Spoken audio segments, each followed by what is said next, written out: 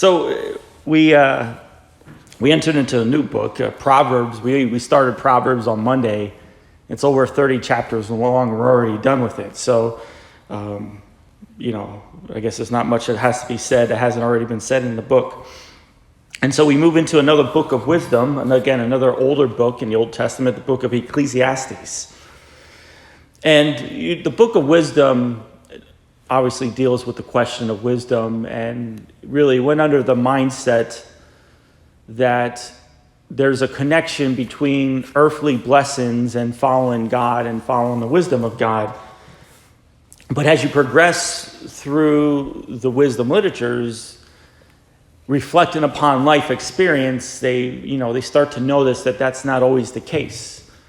That good people, devoted people to the Lord suffer, and the wicked, sometimes receives a lot of earthly blessings. It's sometimes those who are rich, they're rich because they've took possessions from others and they've done acts of injustice to the poor, those types of things. So the people are starting to say, wait a second here, I've done everything, and yet here I am. I don't have very much in life. I'm struggling. And so that leads us into Ecclesiastes, where Ecclesiastes focuses in on really the question of death.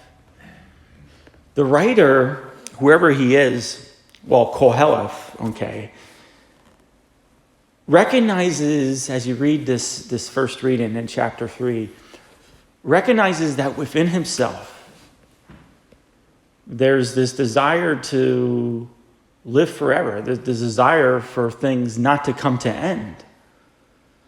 But yet again, as he reflects on life experience, there's nothing in creation that satisfies that desire for infinity, that desire for the eternal. Everything comes and goes. Vanity of vanities.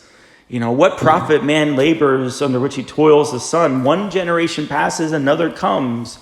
The world stays forever. There's that longing, though, that longing, the world stays forever, but everything in it comes and goes. So what's the purpose in laboring and struggling to acquire material things if it fades away? Starting to touch upon that mystery of life, and then at the end he says there's no remembrance of men of old. What's the purpose of wisdom? What's the purpose of virtue if you're going to be forgotten? There's no remembrance of the men of old, nor of those to come. There will be any remembrance among those who come after them. So those that come before us, those will come that after us, we will all be forgotten. That's the struggle. That's the struggle that this Koheleth figure is going through. What's the purpose?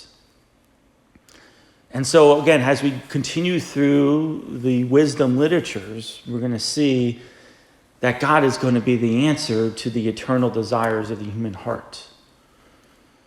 That this longing for forever that we have is because God has created us by his image and likeness, and he created us for himself. And God is not to be found in the amount of wealth and the amount of power and the amount of prestige that we accumulate in this world. No, God is something much greater than all that. So again, it's a struggle that we all have in life, and I think St. Augustine said it beautifully. He says that my heart is restless until it rests in thee. My heart is restless until it rests in thee. So Koheleth hasn't figured that out yet.